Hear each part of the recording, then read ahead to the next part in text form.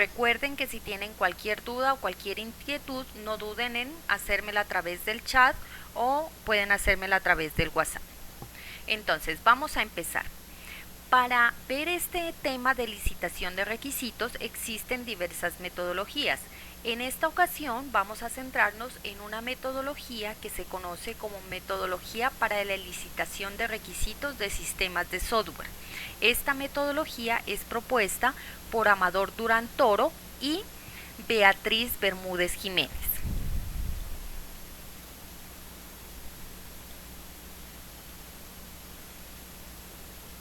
Entonces, ¿de qué se trata este tema de la licitación de requisitos? Como les decía, es un proceso en el cual capturamos requisitos y generamos el documento de requisitos del sistema, que es uno de los entregables que se hace en las metodologías tradicionales. Entonces, esta parte de licitación de requisitos está enmarcada en una ciencia más grande que se conoce como la ingeniería de requisitos. Pero no vamos a entrar en detalles en esa parte, sino que solamente nos vamos a concentrar en este proceso. Entonces, ¿qué define esta metodología propuesta por Amador y por Beatriz? Y consiste en tres cosas bien claras. Primero, define unas tareas a realizar, son 7 tareas específicas, unos productos entregados y unas técnicas con las que se pueden alcanzar esas tareas y esos productos. Entonces, dentro de los productos tenemos dos tipos. Hay unos que se conocen como entregables, que son los que se les dan al cliente o al usuario. Y hay otros que se conocen como internos, que son para el grupo de desarrollo y que el usuario y el cliente nunca llegan a conocer. Cada una de las tareas especifica unos productos a entregar y entonces ahí se dice si son para el usuario, o sea, entregables, o si son de tipo interno solo para el equipo de desarrollo. Esos entregables pueden ser acordados con todo el grupo de desarrollo y con los clientes, o sea, qué naturalezas tiene. Pero el que sí tiene que estar oficialmente en este proceso es el documento de requisitos del sistema, que se conoce como DRS.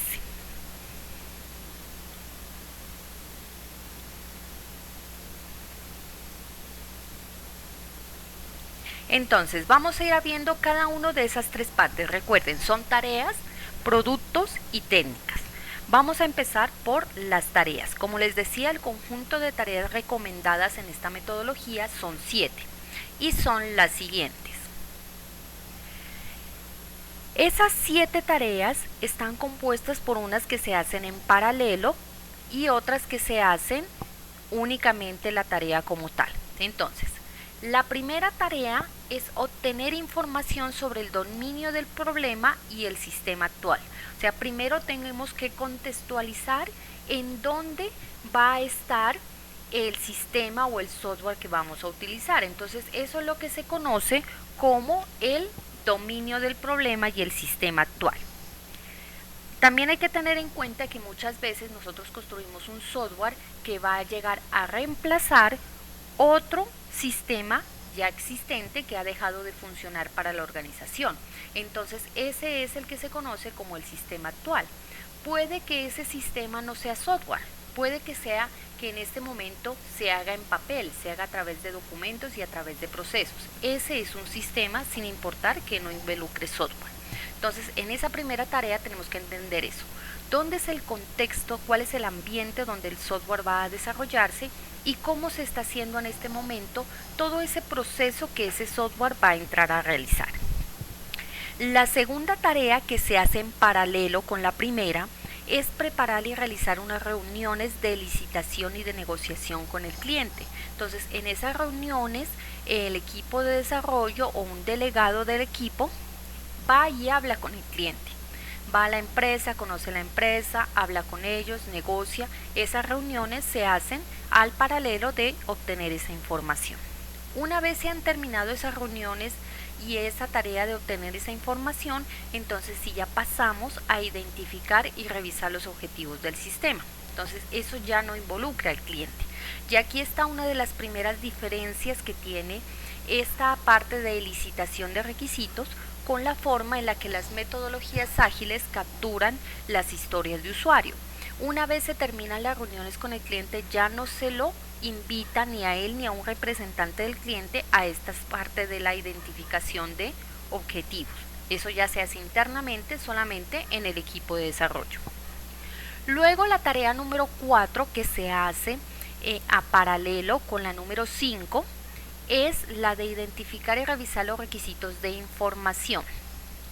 Se hace las 5 que son los requisitos funcionales y la número 6 que son los no funcionales.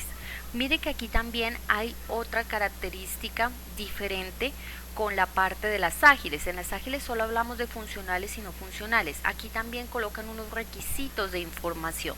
Esos requisitos de información son los que después van a servir de insumo para construir las bases de datos, las bodegas y todo lo demás. Entonces hay otros requisitos más que añade esta parte del documento de requisitos del sistema.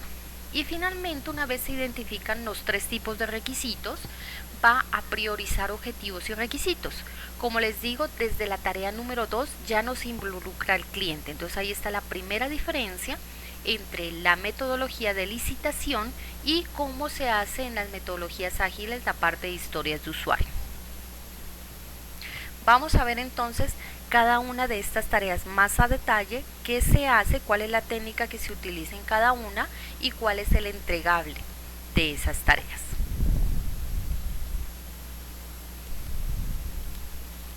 Entonces, empezamos con la primera tarea de obtener información.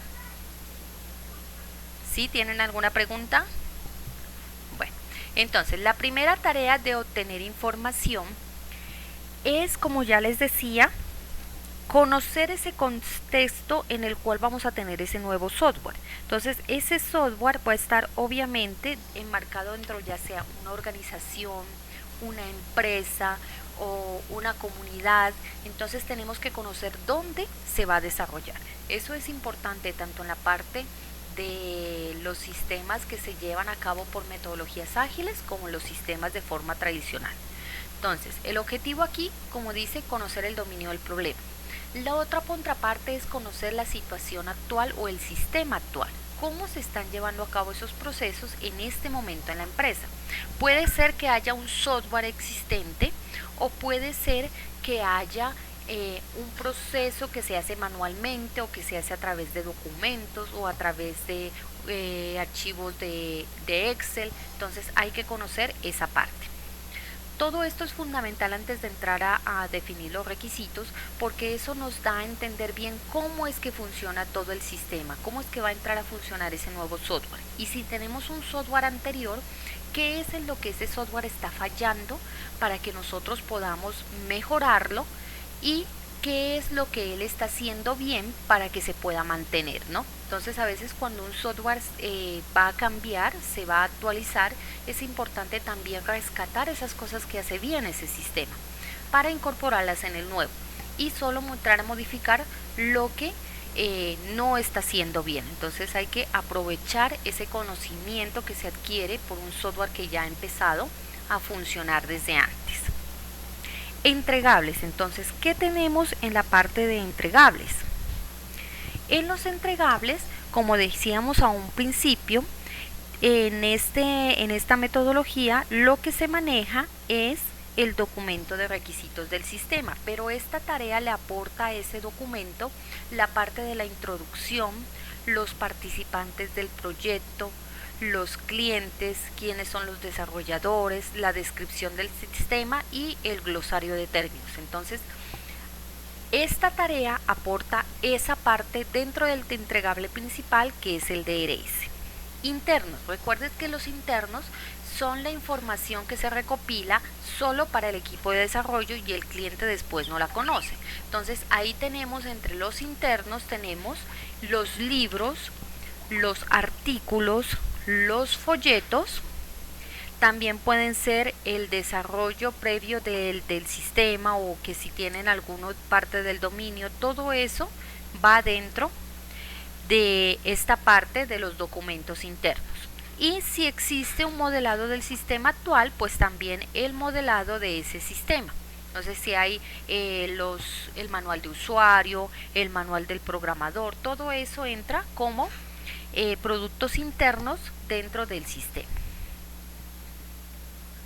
Esta es la primera tarea de obtener información del sistema.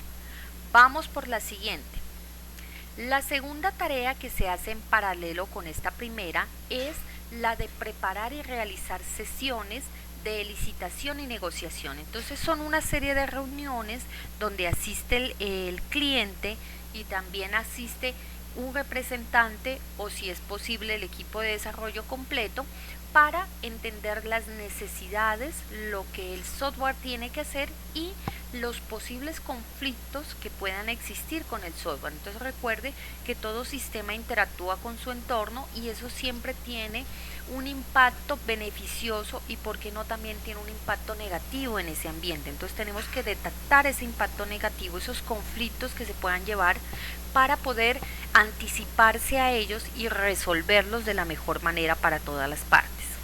Entonces, en esta tarea, las reuniones que se hacen con el cliente son muy críticas, porque es allí donde nosotros realmente entendemos qué es lo que va a hacer el sistema. Recuerde que estas metodologías no llevan de la mano al cliente, entonces aquí es donde usted tiene que capturar toda la información posible, porque después no va a entrar a hablar con él, o sea, no va a tener una interacción constante como sí se hace en la parte de las metodologías ágiles. Entonces es muy vital que todo se entienda claramente y todo quede bien especificado en este momento.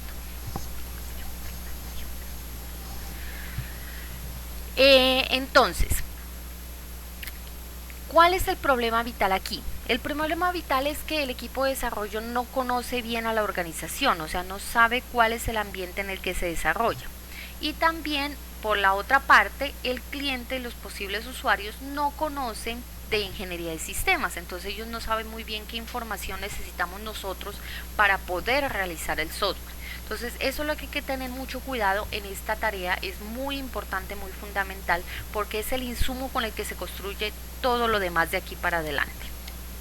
El entregable, como siempre, es el DRS, pero esta tarea en específico aporta los participantes del proyecto, los usuarios sobre todo, cuáles son los objetivos, los requisitos y conflictos, y que se haya identificado durante la sesión de licitación.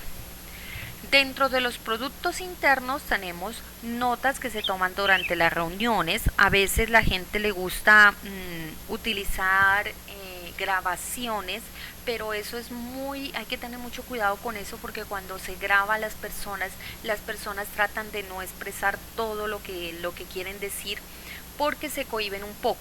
Entonces hay que tener cuidado con la parte de las grabaciones. Entonces lo que más se recomienda es que no se hagan grabaciones, sino por el contrario se tomen notas de lo que se considera importante. Esa es la recomendación.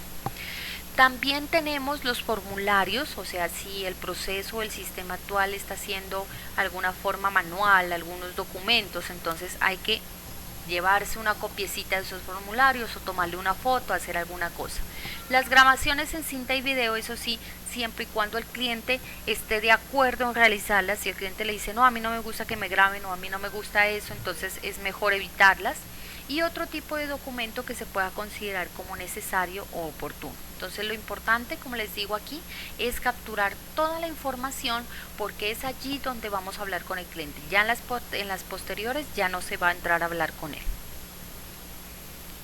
La siguiente tarea solo se realiza una vez la tarea 1 y 2 han sido terminadas. Esta tarea es la de identificar y revisar los objetivos del sistema. Entonces ya una vez hemos revisado esos objetivos del sistema, hemos capturado toda esa información y el contexto en el que el sistema se mueve, entonces sí ya identificamos claramente sus objetivos. Entonces ahí es donde se revisan, se le pone mucho cuidado a los conflictos que pueda tener el software con la empresa, y se lleva todo lo que se ha capturado en las otras dos tareas ya dentro de los objetivos. Recuerde que los objetivos dentro de cualquier proyecto son los que posteriormente nos van a dar pie a cuáles son las actividades o cuáles son las tareas que el sistema debe cumplir. Entonces hay que especificar muy bien esos objetivos. Productos internos no hay en esta tarea, solamente el entregable, que serían los objetivos dentro del DRS. Si tienen alguna pregunta, no duden en abrir el micrófono y en hablar y hacerla, o si no, me la escriben en el chat o en el WhatsApp. yo estoy pendiente de cualquier cosa que vayan a escribir allí. Entonces, sigamos con la siguiente tarea. Tenemos la tarea número 4. En esta tarea vamos a identificar los requisitos de información. Entonces recuerden que en la metodología de licitación nos habla de 3 tipos de requisitos. Tenemos requisitos de información, requisitos funcionales y requisitos no funcionales. Entonces hay que tener en claro qué es cada uno de estos requisitos para clasificarlos de la mejor manera. A veces es un poco difícil saber si un requisito va de información o es funcional, entonces hay que tenerlos bien claros. Para guiarse, los requisitos de información son los que van a permitir construir la base de datos o la bodega de datos o todo lo que tenga que ver con el almacenamiento de la información que va a requerir el sistema. También aquí se va a incorporar la parte de las restricciones de información o lo que se conoce como reglas del negocio. Entonces, si por ejemplo le dice la información, si fuera un sistema bancario y dice la información privada de los clientes no debe conocerse en ciertas partes del sistema, entonces eso es una restricción de información. ¿Dónde debe ser visible la información y dónde no? O qué usuarios pueden tener acceso a esa información y cuáles no. Eso es a lo que se refiere con restricciones de información. Entonces, en esta tarea, como en todas, siempre hay que identificar los posibles conflictos, o sea, dónde puede haber algún tipo de problema que el sistema va a tener que solventar. Es importante también tener bien en claro qué es la información que en verdad el cliente necesita, cuál es la que se debe gestionar y cuál se debe almacenar. Si bien ahora los sistemas y toda la tecnología ha avanzado tanto y la capacidad de almacenamiento es grande, no es necesario que nosotros guardemos información que no va a ser relevante, que no le va a servir al cliente. Entonces hay que saber discernir qué se guarda y qué no, qué es lo que se debe conservar para posteriores consultas y qué es lo que solamente durante un proceso se mantiene y luego se descarta. Entonces hay que tener bien en clara y hay que definir bien qué es esa información importante o relevante para el cliente. Pues como todo proceso siempre se parte de unos conceptos generales y se va evolucionando hasta obtener todos los datos necesarios. Entonces estos son procesos, son tareas que se van desarrollando. El entregable pues va a ser los requisitos de almacenamiento de información dentro del DRS y no hay ningún producto interno en esta tarea. Entonces vamos a ver la tarea número 5. Recuerden que la tarea 4, 5 y 6 se hacen en paralelo. La tarea número 5 son los requisitos de funcionales, los requisitos funcionales que ya habíamos trabajado anteriormente. Entonces son los que nos dicen qué va a hacer el sistema. Entonces lo funcional es lo que se hace. Qué actividades debe desarrollar el sistema, qué procesos va a llevar a cabo y esos son los que se expresan en estos requisitos. Una vez los requisitos son capturados, se cambian a casos de uso y esos casos de uso son los que finalmente se programan o el software va a llevar a cabo una vez se entregue el sistema. Hay que tener cuidado, como en todas las partes, siempre va a haber algún tipo de conflicto, hay que identificarlos y ponerles especial cuidado sobre la parte del desarrollo y las pruebas. Todos esos conflictos que se vayan recopilando en cada una de las partes, hay que tenerlos cuidados, son para los puntos de control que se vayan realizando.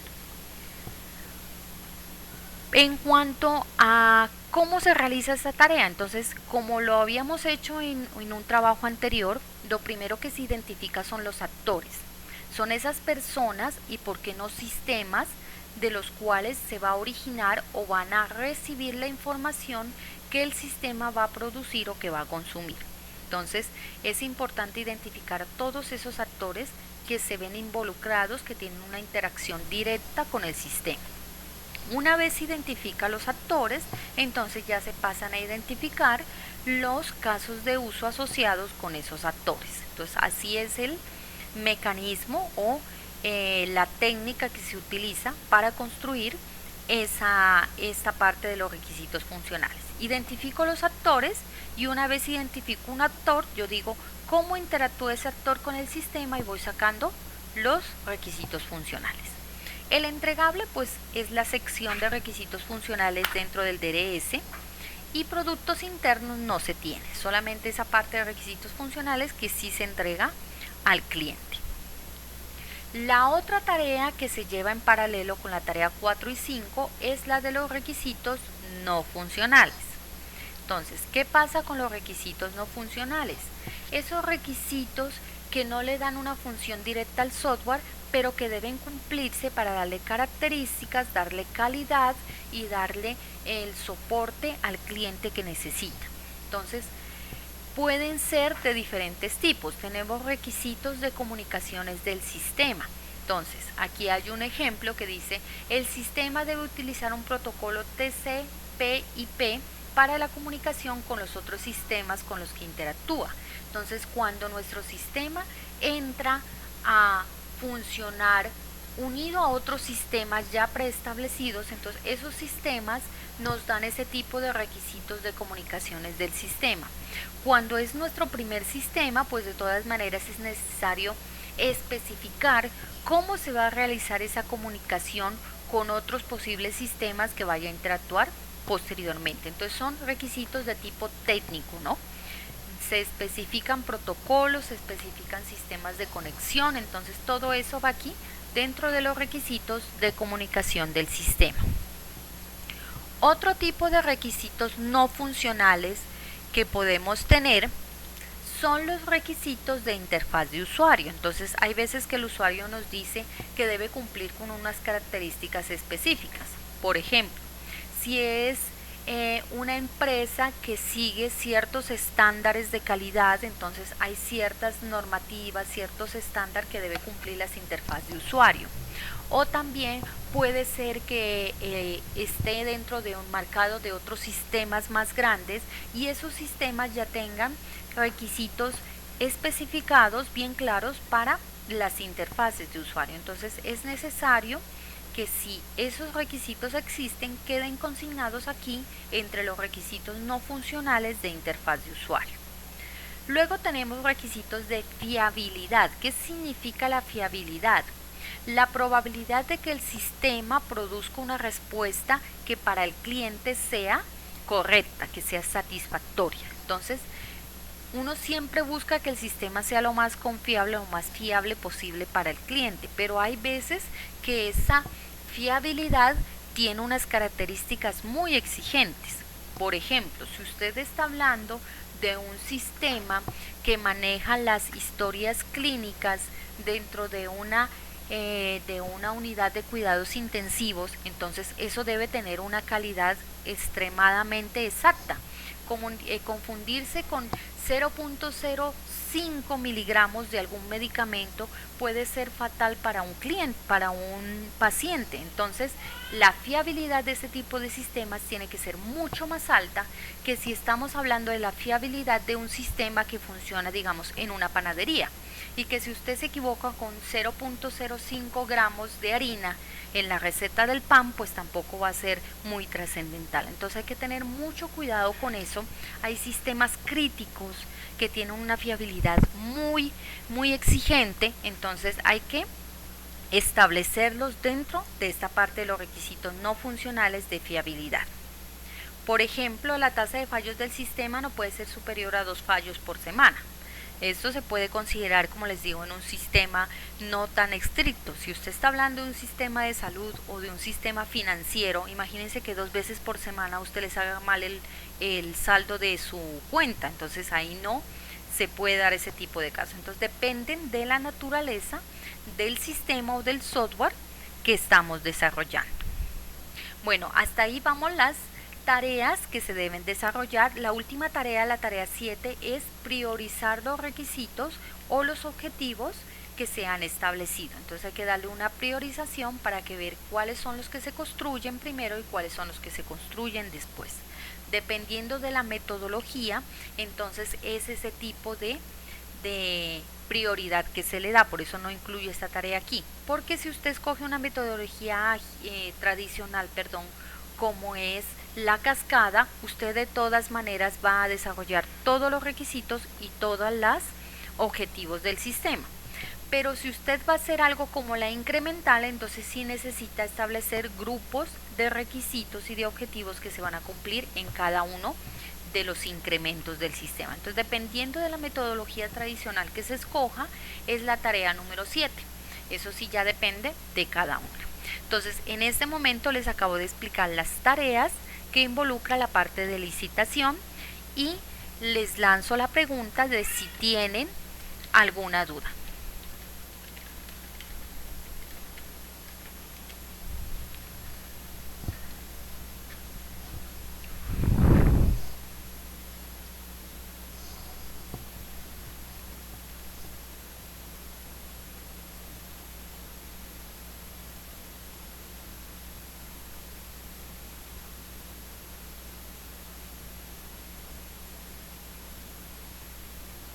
Bueno, si no tienen ninguna duda, por favor díganme si todo está claro.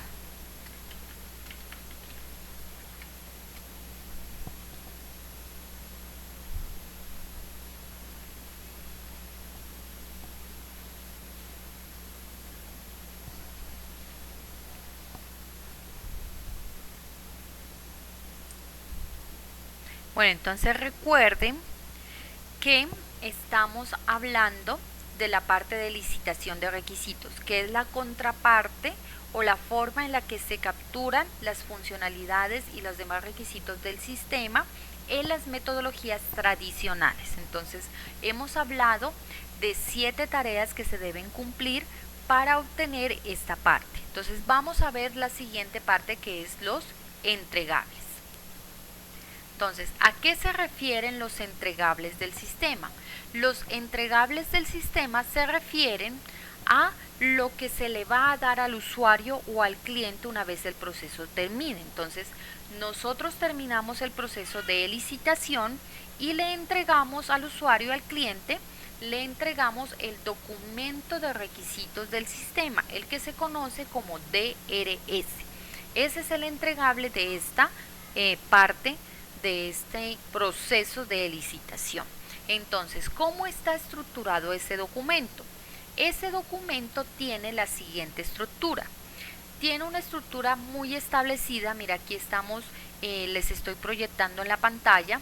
Tiene una portada, tiene un control de cambios, una tabla en la cual se sigue el control de cambios, un índice como todo documento bien estructurado, lista de figuras, lista de tablas, tiene introducción, participantes del proyecto, o sea, los actores del sistema, descripción del sistema actual, objetivos del sistema, el catálogo de requisitos donde tenemos los 3 tipos de requisitos de información, funcionales y no funcionales.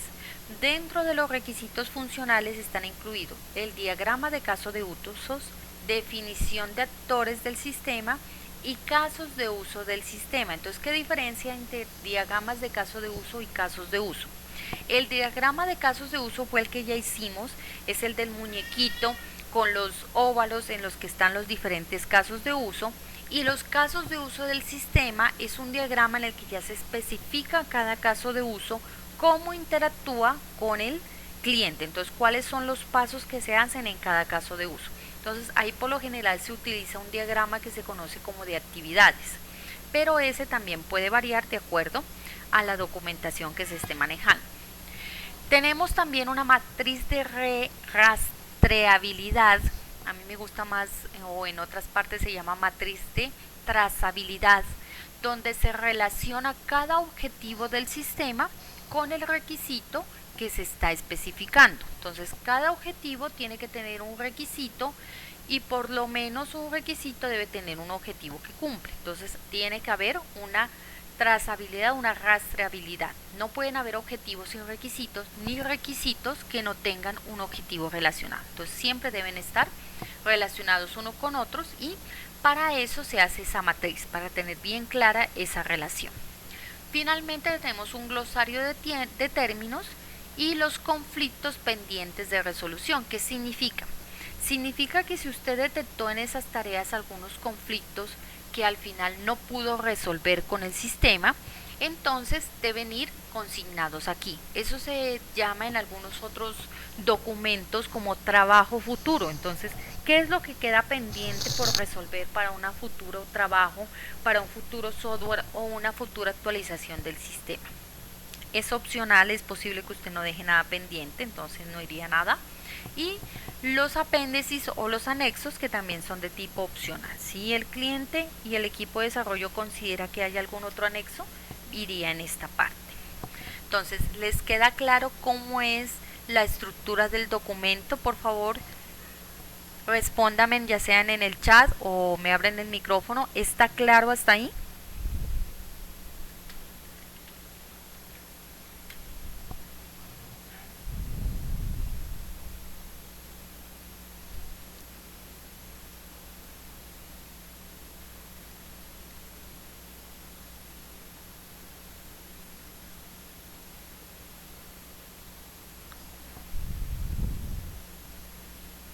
Aló muchachos, si me están escuchando, por favor confírmenme si todo está claro.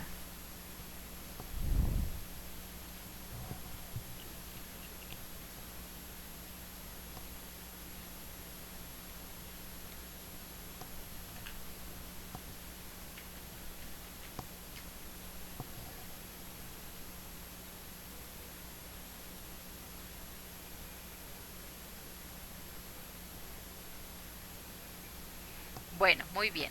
Entonces, continuemos. Tenemos también esta parte de los documentos, cómo se construye la portada. Ahí en la parte izquierda tenemos un ejemplo de la portada. Entonces va el proyecto, va el nombre del proyecto o el nombre del sistema si ustedes lo tienen.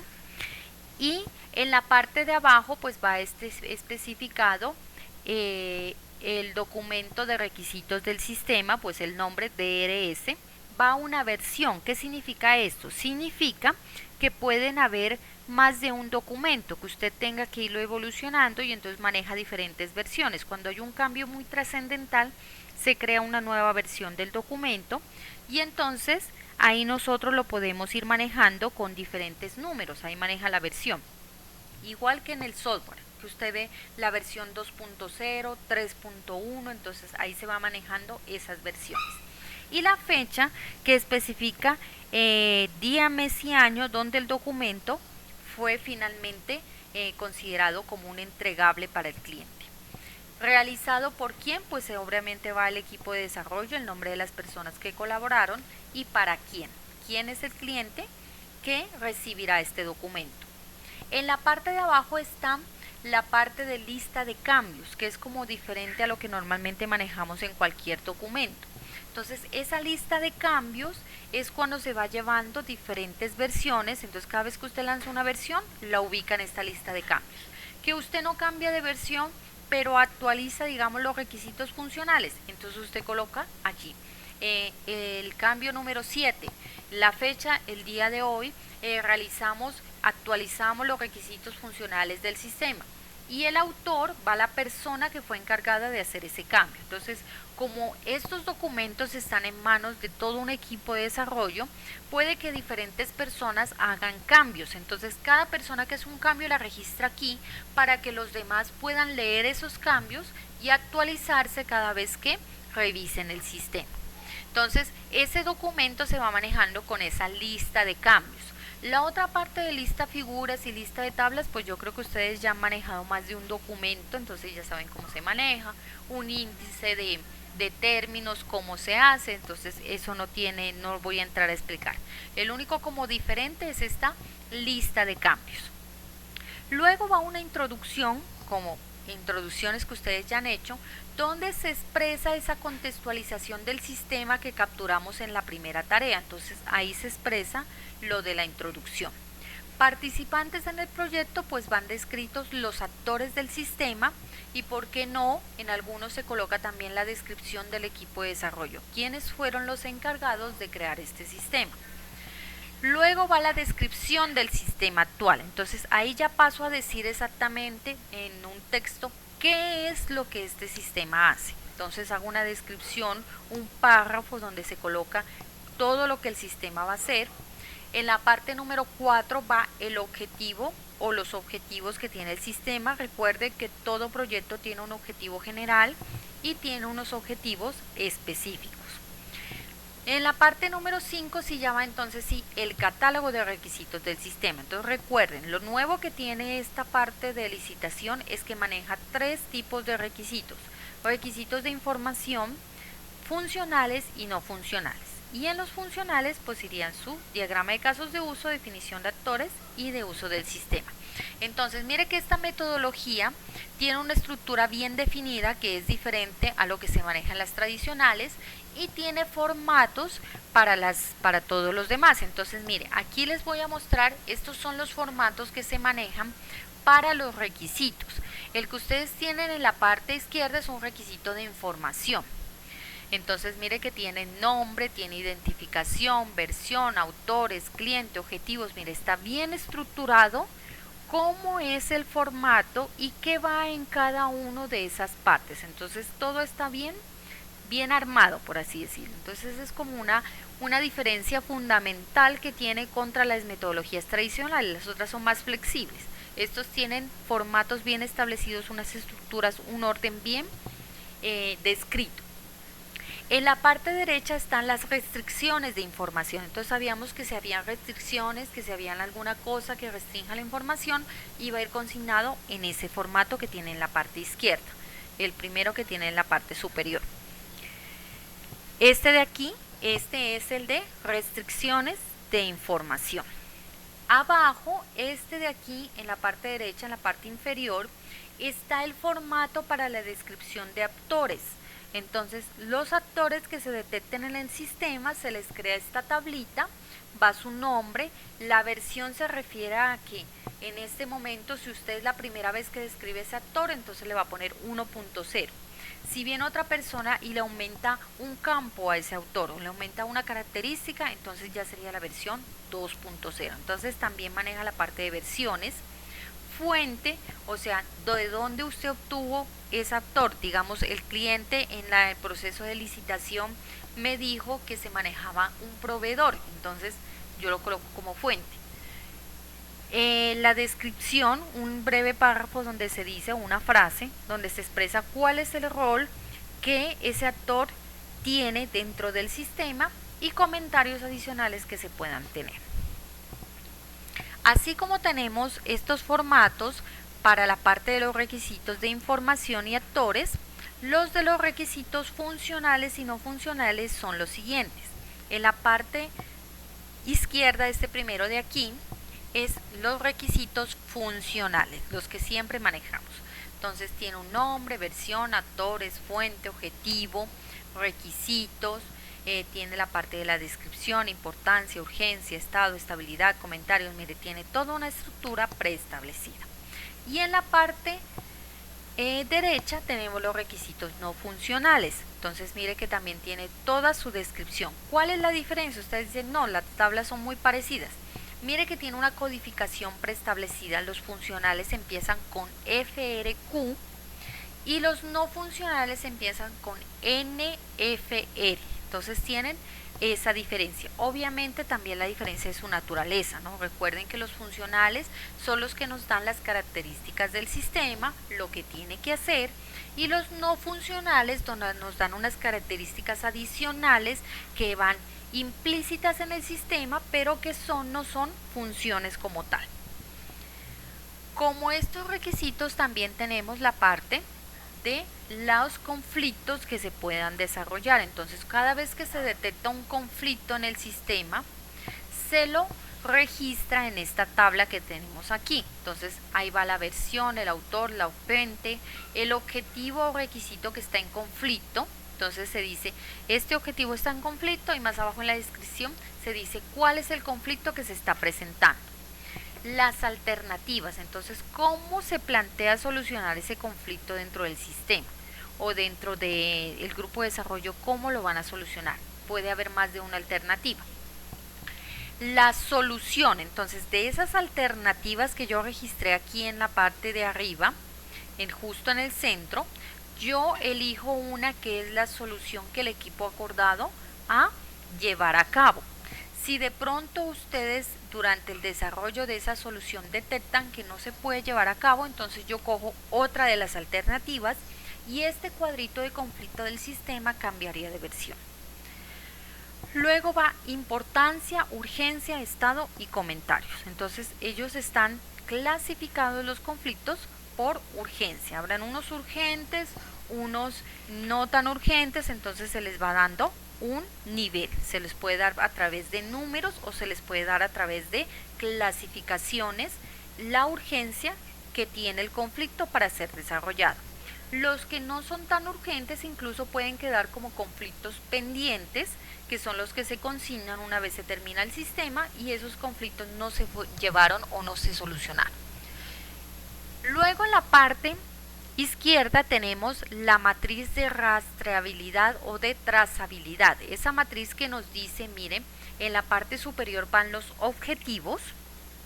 Cada uno de los objetivos, obviamente no va todo el objetivo, sino solamente su identificación, objetivo 1, 2, 3, bueno, los que tengamos. Y en la parte de esta fila de aquí, de esta columna, va los requisitos de información funcional y no funcional. Y cada uno de ellos tiene que estar relacionado con un objetivo. Como les decía, no pueden haber objetivos sin requisitos, ni requisitos que no tengan un objetivo relacionado. Entonces siempre tiene que haber por lo menos un cruce entre un requisito y un objetivo. Pueden haber más, puede que un requisito cumpla 2, 3 o más objetivos perfectamente y que un objetivo tenga 1 o 2 o 3 o muchos requisitos, pero siempre debe haber uno con uno como mínimo. Entonces es una relación de 1 a muchos entre los objetivos y los requisitos funcionales, no funcionales y de información. Aquí se los relaciona todos los requisitos del sistema. Entonces, estos son los formatos. Mire, usted aquí ya se puede dar cuenta de una clara diferencia entre no ágil y entre las metodologías ágiles. Ustedes ven las historias de usuarios son más sencillas, pedacitos de papel donde se coloca la funcionalidad, quién es el autor, quién es la importancia.